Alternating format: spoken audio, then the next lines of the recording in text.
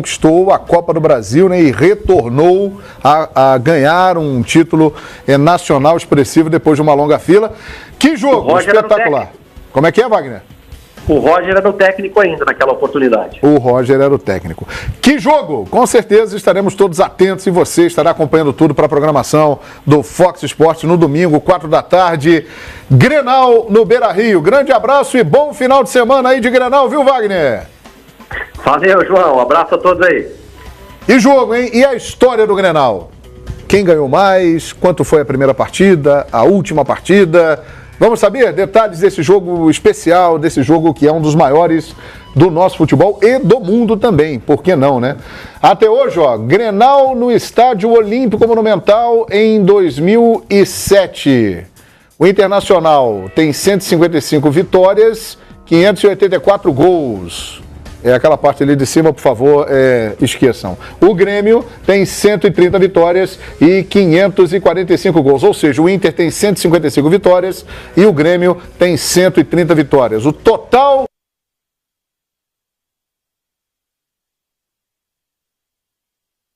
(1.129). Portanto, o Inter tem uma vantagem aí de 25 vitórias na estatística oficial. Temos mais números? Temos mais números? Então vamos lá. Mais uma tela com informações. Olha, a primeira partida, Grêmio 10-0. Começou bem a história, hein? 10-0 pro Grêmio. Foi num amistoso no dia 18 de julho de 1909, no Estádio da Baixada. Ou seja, se hoje o Colorado diz, nós temos 25 vitórias a mais do que vocês, o gremista fala, mas no primeiro nós temos 10-0 em vocês e tá aí na história, tá registrado. E o último jogo aconteceu este ano, né, no início também do Campeonato Brasileiro, né, nós tivemos aí Grêmio e Internacional 0-0. Foi o jogo do turno, competição em 2018. Essa não foi a primeira partida. Essa foi a última partida entre eles. Grêmio 0, Internacional 0 e ali embaixo o público pagante. Pedimos desculpas aí que algumas coisas não saíram exatamente como deveriam sair, mas a gente vai explicando aqui para você. Pedimos desculpas ao público que está acompanhando o Expediente Futebol. Então ali, ó, último jogo entre eles, Grêmio e Internacional 0-0. A gente sempre ouve falar a frase, vem aí o Grenal do século, o Grenal do século. Quantas vezes ouvimos Grenais do século? Eu não sei se esse aí é o Grenal do século, mas esse é muito bom, hein? Tem uma coisa super importante a dizer. Eu que gosto e amo futebol, sempre teve Grêmio bem, Inter mal. Inter bem, Grêmio mal. Sempre houve essa gangorra muito grande.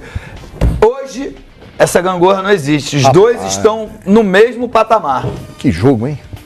Que jogo espetacular e que vale manutenção de liderança para o Internacional, ou o Grêmio pode entrar definitivamente na briga pelo título e atrapalhar a vida do seu grande rival. Que partida! O Grenal do século ainda virá.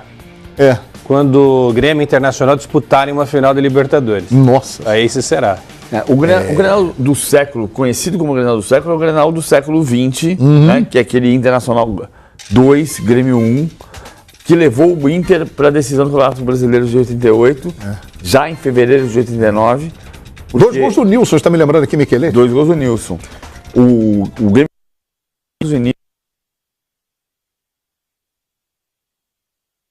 ele é conhecido na história como Grenal do século, mas é um Grenal do século XX. Do século passado. Bom. Ele ficou conhecido como Grenal do século. Hoje, assim, você vai Será que esse aí vai ser o do século XXI? Eu acho, bom, tem tudo para ser dizendo. Aquele ano de 88, já em fevereiro de 89, os dois estavam, como o Edmundo disse hoje, diferentemente do que é a tradição, o Edmundo tem toda a razão, tem sempre esse efeito gangorra, um por cima, outro por baixo. Quando estavam os dois na semifinal do Brasileiro, naquele ano especificamente, não estavam os dois por baixo. Como em 2006, quando o Inter foi vice-brasileiro e o Grêmio terceiro brasileiro, não estavam por baixo, mas também não estavam disputando o título. Hoje estão melhores, né? Hoje eles estão por cima, como estavam no Grenal do século lá em 88. Que louco, que mas jogaço, normalmente é o que o Edmundo falou. Sempre acontece assim. É o efeito gangorra. É. Quando o Inter tá por cima, o Grêmio tá por baixo e vice-versa. Eu não lembro dos pontos corridos os dois brigarem como estão brigando aqui. Eu Pelo não lembro. título. Pelo título, é. 2006, Me ajuda aí. é que em 2006 o São Paulo estava disparando. O Inter foi vice e o Grêmio foi terceiro. Não, sim, eu tô dizendo nessa situação de... Pode ser que o São Paulo dispare outra vez, não creio que isso vá acontecer. Mas assim, os dois podem brigar pelo título até o final da competição. Podem. Né? Podem. E um detalhe, desde que foi criado o Brasileirão por pontos corridos, já ganharam paulistas, cariocas e mineiros. Os gaúchos não. Grêmio e Internacional, que são marcas do futebol, não conseguiram ainda conquistar títulos no campeonato por pontos corridos. Esse é um detalhe interessante. É interessante, E nesse histórico. período foram... o Internacional foi 2 vezes campeão da Libertadores. Uma vez da América, campeão do mundo. Uma vez campeão do O mundo. Grêmio voltou a ganhar Libertadores, O Inter, Copa do Brasil. Idem, né? Ganharam Copa do Brasil. verdade. É engraçado. Mas pontos corridos não estão se dando bem, não. É verdade, a situação é a seguinte: o Grêmio é o 5º colocado com 41 pontos. Tem o mesmo número de pontos do Flamengo, perde aqui em número de vitórias, que é o primeiro critério de desempate. E também aqui no saldo de gols, o Grêmio tem um saldo melhor que o Flamengo, mas o primeiro critério de desempate, que é o número de vitórias, o Flamengo tem 12, o Grêmio tem 11. Então, por isso, o Flamengo está na 4ª posição, o Grêmio é o 5º, os dois com 41. O Internacional tem 46. Vitória do Inter significa pular para 49 pontos e se manter na liderança. Vitória do Grêmio significa o Grêmio chegar a 44 e embolar tudo. Embolar o meio de campo. E aí? Kahneman e Everton Cebolinha estão fora do Grêmio. E tem a questão do Maicon, né? Eu acho que o Maicon vai jogar. E quando você começa a colocar a prévia, você pensar em Tassiano, por exemplo, com toda a qualidade que ele pode ter, eu olho para o Matheus jogo... Henrique, né? Michel. Eu acho que ele vai com o Maicon pro sacrifício. O Maicon saiu caminhando do jogo contra o Botafogo, com uma lesão muscular, que saiu para não se agravar, e então não jogou contra o Santos, já se preservando para os 2 jogos, para o jogo fundamental.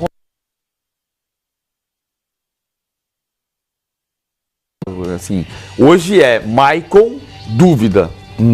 Mas eu acho que ele vai pro jogo. Já falei que aqui há várias vezes que os jogos e os treinos sempre trazem micro lesões. Um jogo com campo encharcado, como estava o jogo contra o Botafogo, ainda mais.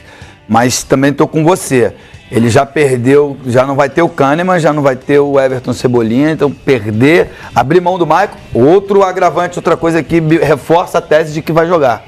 No meio de semana que vem, o Grêmio não joga. Exato. Então vale o sacrifício a mais para encurtar a distância entre o líder e esse dizem, eu não sei porque eu nunca joguei, não posso dizer, afirmar, mas dizem que é o maior clássico regional do mundo. É o que dizem. É uma rivalidade. Não sei se é verdade. Absurda, hein? Mas dizem. O nosso companheirozinho. E colorados, sim. O nossozinho, que é nosso companheiro aqui, está no período de férias, ele fala realmente que Grenal é um jogo diferente. E o nosso saudoso e querido Mário Sérgio, que conseguiu o feito de ser ídolo das 2 torcidas. E eu testemunhei isso, ídolo de Grêmio Internacional, e que se vivo fosse estaria completando hoje 68 anos, ele também falava que era uma partida especial. É algo, de fato, diferente. Internacional e Grêmio. O Inter não terá o Iago. E se virou titular absoluto da lateral esquerda. Já há algum tempo, né? Já há algum tempo. O Wendel entra na vaga dele. O Wendel provavelmente, foi o que o Wagner falou. Tem a dúvida, ele pode jogar o Zeca para a lateral esquerda e colocar o Fabiano.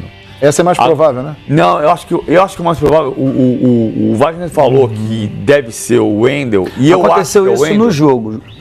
no jogo passado. No jogo passado, quando o Iago saiu machucado, ele bota o Fabiano Então, mas tem um detalhe que eu acho com bola importante. rolando era a solução que ele tinha. De repente começar o jogo, verdade. E outra pode ser coisa, diferente. o que o Wagner falou, tem uma coisa que está acontecendo desde que o Iago ganhou a posição e o Wendel saiu do time. O Odair Helman está o tempo inteiro dizendo que o Wendel está treinando muito bem, que o Wendel está muito forte, que o Wendel é parte do grupo, que o Wendel é fundamental, Então, que o Wendel... então, pera um pouquinho. Então, quando você perdeu o teu titular novo, que é o Iago, ele pode até se contradizer, ele pode achar que o time fica defensivamente mais forte com o Fabiano de um lado e o Zeca do outro. E o importante para o Roder Hellmann não é ser contraditório ou não ser contraditório. O importante para ele é ganhar o jogo. Mas eu acho que por todas as declarações que ele deu a respeito do Wendel, ele vai com o Wendel pro jogo. Muito bem, que jogo, hein, minha gente? Que